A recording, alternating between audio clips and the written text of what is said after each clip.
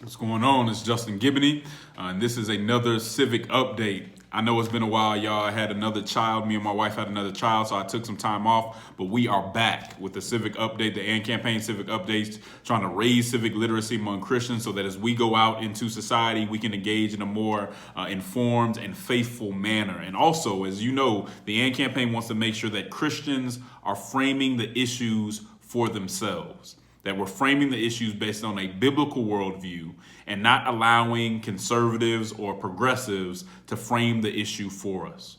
This is very important because if an issue is not framed properly, you can end up with two wrong answers instead of a right and a wrong answer.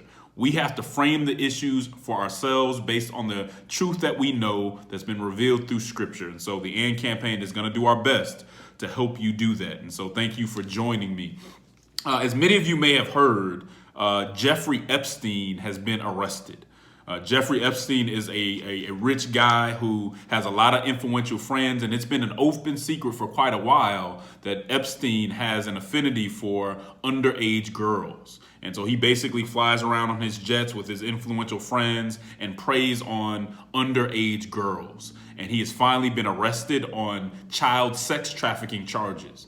Now, this particular case is one that could have a major impact on the political arena because they're saying that there's Republicans and Democrats who are close friends with Epstein who may be exposed through this case. I'm not going to say too many names because we don't know exactly what's going on yet, and he is presumed, at least on this case, still to be innocent. What we do know is that Republican Secretary of Labor Alex Acosta has come under a lot of fire because apparently when he was working in Florida, they let Epstein off on a very sweet deal that he shouldn't have gotten, and because of that sweet deal, he may have victimized more girls. Or if they would have actually put him in jail, he wouldn't have had the opportunity to victimize more people, and so that's unfortunate. But it's not just the Republicans. The progressive state of New York, it is being reported that in New York, he was a sex offender in New York. He was supposed to have court-ordered check-ins as a sex offender, but for some reason, New York City did not make him check in as a sex offender. And so he got away without having to do that, and maybe because of that, was also able to victimize more girls. Again, that's an indictment on our criminal system. We know that poor people who find themselves in these situations don't get away with anything. They don't get to skip check-ins. They don't get off on sweetheart deals. And so that speaks to what's going on in our criminal justice system. We want justice to be done, and we want it to be done fairly, not based on how much money you have. And so we see a failure there. So since this is big news and since everybody's talking about the Epstein case, I thought it'd be a good opportunity to talk about a debate that surprisingly to me is raging right now about whether or not we should legalize prostitution. Yes, that is a conversation that many people are having. There have been some presidential candidates that have suggested or floated around the idea of legalizing prostitution. And as many of you might know, New York came very close to legalizing prostitution in that state. Right at the end of the session, the governor decided not to go along with it, but that's something that could have happened in one of the most populous states in America. And though we also do know that Nevada does have legalized prostitution, and we'll take a look at what the numbers look like and what the consequences of that have been. But it's a conversation that is really happening in a serious way in America, and Christians need to make sure that we're engaging that conversation from a biblical point of view. Here's the argument for legalizing prostitution. So when somebody says it should be legalized, here's usually what they're going to say. They're going to say, look, sex work is just as dignified as any other type of work. It's just like you going into your office at wherever you work. That's the same thing as somebody being a sex worker.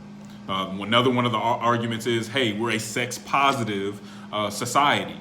And so we shouldn't be telling adults what kind of arrangements they should be able to make when it comes to their bodies if they're both consenting. And then number 3 says that if you legalize prostitution, then you'll be able to regulate it, which will make it safer for women and actually cut down or decrease the amount of sex trafficking that you will see. And so I'm just going to be straight up. I'm going to refute all 3 of those arguments. I think those arguments are naive. I think those arguments are confused and really lack an understanding of the moral order needed to have a flourishing society. And as important as all those things are, I think maybe even more importantly, that position is dangerous for women who are caught up in that industry or women who are vulnerable to be in that industry. And so I want to make sure that we come out and say that. So number 1, we always, at the AND campaign, we always talk about compassion and conviction. So a lot of this conversation is going to be about conviction, but let's start off with compassion.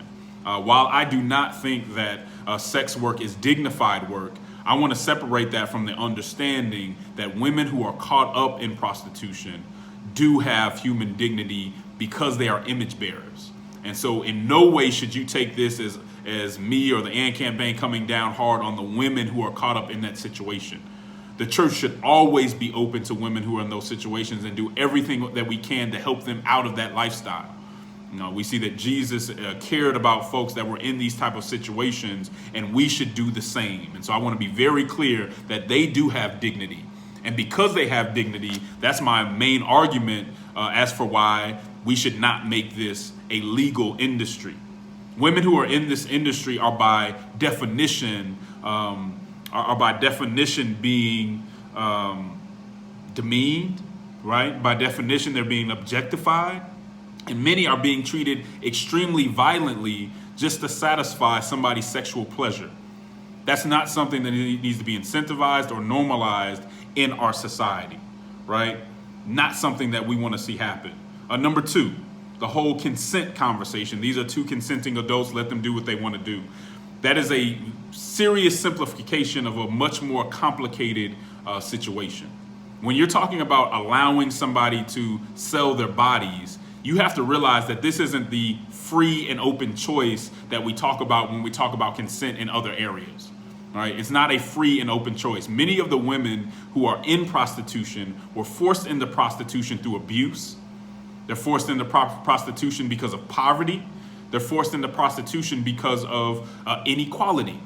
And so it's not the open and free choice. And if you take the time to listen to some of the testimonies of women who have gotten out of the industry, they will tell you that if they thought they had any other choice, they would not have entered this wicked industry. But it's because they didn't think they had a choice. It's because they were going through physical abuse. It's because they were going through a psychological coercion that they ended up in this situation. And so it is not the kind of open choice when we talk about selling your body that two consenting adults are making. This is what they call a coerced choice. At best, a semi-coerced choice, which is not the type of open choice that we normally talk about. Understand that and take the time to hear out the women who have been through it. Thirdly, when we talk about it, legalizing allows you to regulate it and actually would decrease sex trafficking. The data just doesn't show that to be true.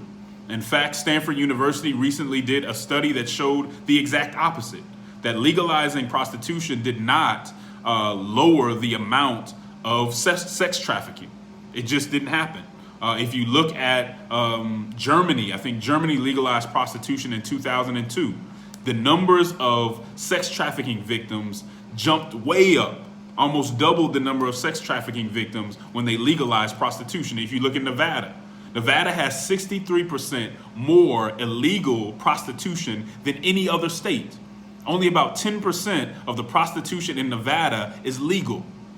This is not something that we want to normalize. We have to understand when you legalize something, you normalize it. And so what happens once you legalize it is more women are actually coerced into the industry. Not only are more women coerced into the industry, but now that you've removed the stigma, more men will actually be seeking out prostitution. And the ones that seek out prostitution will do it more often. So by legalizing this, what you're doing is creating more prostitutes, creating more Johns, and creating a situation that is not healthy for anybody. If you want to get rid of prostitution, if you want to help these women, find ways to deal with poverty, find ways to deal with the actual demand for it, and find ways to deal with inequality. That's the way to deal with prostitution, not legalizing it. That's a terrible answer.